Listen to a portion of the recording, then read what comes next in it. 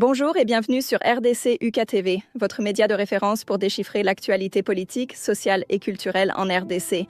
Avec des analyses approfondies, des enquêtes de terrain et des programmes captivants, nous vous informons pour sensibiliser. Rejoignez notre communauté, aimez, commentez, partagez et surtout, abonnez-vous pour rester informés des réalités qui façonnent la RDC en Afrique et partout dans le monde. Aujourd'hui, mes amis, on va parler de relations RDC-Rwanda. Alors je vous prie de prendre votre petit café, car ça va chauffer. C'est votre interlocuteur, Joël Benalor. On commence d'abord en profitant pour saluer mon président Félix Tshisekedi et tous les fans de RDC UK RTV1 et RDC UK TV Horizon, les origines de la guerre de l'Est. Octobre 1990, le général Maele et les militaires congolais interviennent au Rwanda. Yoweri Museveni entre en rébellion 1, après l'aboutissement de la lutte armée qui a conduit à la chute du dictateur ougandais. Idi Amin Dada, et surtout grâce à l'intervention de l'armée tanzanienne, Milton Obote redevient président de l'Ouganda en 1979. En 1981, l'un de ses anciens collaborateurs décide de reprendre les armes contre son régime. Il s'appelle Yoweri Kaguta Museveni. La NRM recrute des jeunes réfugiés rwandais d'eux. Il prend les maquis avec 26 camarades révolutionnaires, dont un certain Fred Rwigema, qui est un enfant des réfugiés rwandais venus s'installer en Ouganda entre 1959 et 1962. Museveni et ses camarades créent le NRM, National Resistance Movement, et sa branche armée, la NRA, National Resistance Army. Parmi les recrues de cette armée rebelle, un grand nombre des combattants sont des enfants des réfugiés rwandais qui sont enrôlés par le commandant Fred Rwigema, l'ami de Museveni, et le commandant Salim Saleh, le frère de Museveni. C'est ainsi que Fred Rwigema amena Paul Kagame et Salim Saleh, lui de son côté, amena le jeune James Kabarebe. Museveni prend le pouvoir et nomme Kagame député CMI 3. En janvier 1986, après 5 ans de lutte armée, Tito Okello, qui a succédé à Milton Obote, est renversé par le NRM et Museveni prend le pouvoir à Kampala.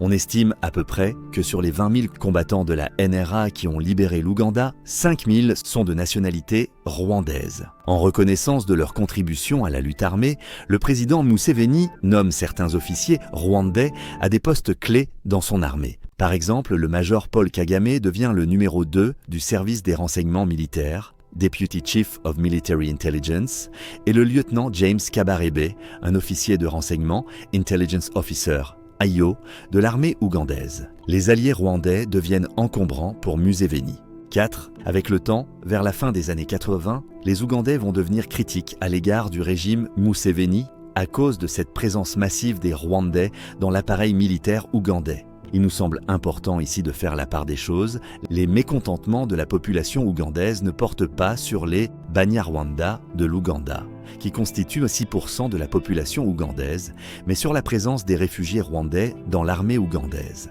Les aider à rentrer chez eux au Rwanda 5. La seule solution que trouve le président ougandais Museveni pour régler ce problème politique, qui devient de plus en plus préoccupant, est d'aider ses anciens alliés devenus encombrants à rentrer chez eux au Rwanda. Le retour pacifique au pays étant obstrué par le régime du président Juvenal Habyarimana, qui ne souhaite pas voir ses militaires Tutsis revenir au Rwanda. Les membres du FPR, Front patriotique rwandais, mouvement créé dans les années 1980 par Fred Rwigema en prévision de leur retour au pays de leurs parents, décident de forcer les portes de la maison par la lutte armée.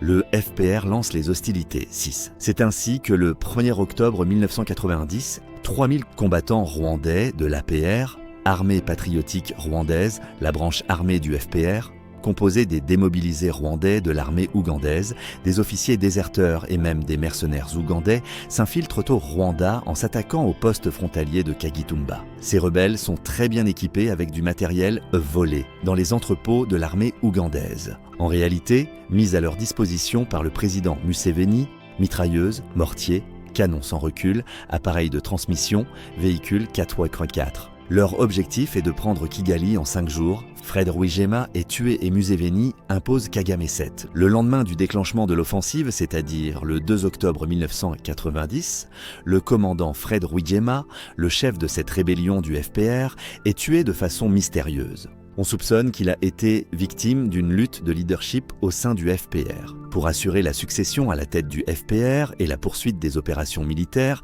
le président Museveni, parrain du FPR, fait revenir en toute urgence son chef des renseignements militaires, Paul Kagame, qui était parti aux États-Unis depuis le mois de juin 1990, suivre un stage de commandement militaire à Fort Leavenworth au Kansas. On raconte même que des officiers ougandais auraient éliminé des concurrents potentiels de Paul Kagame à la tête du FPR pour l'imposer, lui, le choix de Museveni. Le président du Rwanda, Habyarimana, sollicite le maréchal Mobutu. 8. Après avoir réglé le problème de succession, l'APR poursuit sa marche sur Kigali, les FAR, Forces armées du Rwanda. L'armée du président Habyarimana n'arrivant pas à la stopper. Le président rwandais, en grande difficulté, demande l'aide au maréchal Mobutu, qui décide de voler au secours de son ami rwandais. Une unité d'intervention, commandée par le général Maele, va être mise en place. Elle est composée des éléments du SARM, Service d'action et de renseignement militaire, de la DSP, Division spéciale présidentielle, et des commandos formés à Kisangani. Le général Maele et ses hommes font reculer les rebelles rwandais, 9. Le général Maele et ses hommes, 500, arrivent à Kigali, où ils apprennent que les rebelles de Kagame sont déjà à Gabiro, localité située à 60 km seulement de la capitale rwandaise. Il faut noter aussi la présence dans cette ville des militaires français et belges venus sécuriser les Européens.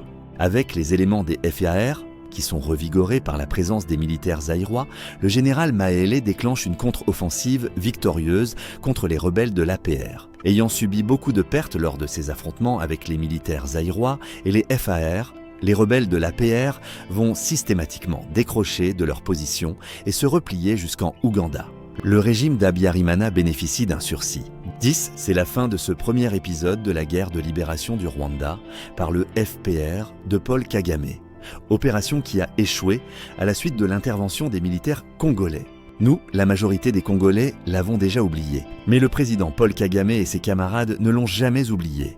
Les hostilités vont reprendre au Rwanda après le départ des troupes zaïroises. Mais plusieurs accords, les accords d'Arusha, 1-2, 3, vont être signés entre les rebelles de Kagame et le gouvernement d'Habyarimana. Le 6 avril 1994, le président rwandais Juvenal Habyarimana est tué par un missile tiré contre son avion au-dessus de l'aéroport de Kigali. Et c'est le début du génocide rwandais. Les extrémistes Hutus massacrent les Tutsis et les Hutus modérés. L'APR de Kagame la guerre et prend le pouvoir à Kigali. L'armée gouvernementale rwandaise, FAR, et plus de 2 millions des Rwandais Hutus traversent la frontière congolaise et s'installent au nord et au sud Kivu. Le maréchal Mobutu et le gouvernement du Premier ministre Kengo Wa-Dondo sont débordés par cet afflux massif des réfugiés rwandais. À suivre, RCI, commentez, partagez et surtout, abonnez-vous pour rester informé des réalités qui façonnent notre pays, l'Afrique et le monde. Vos observations, corrections et critiques sont les bienvenues.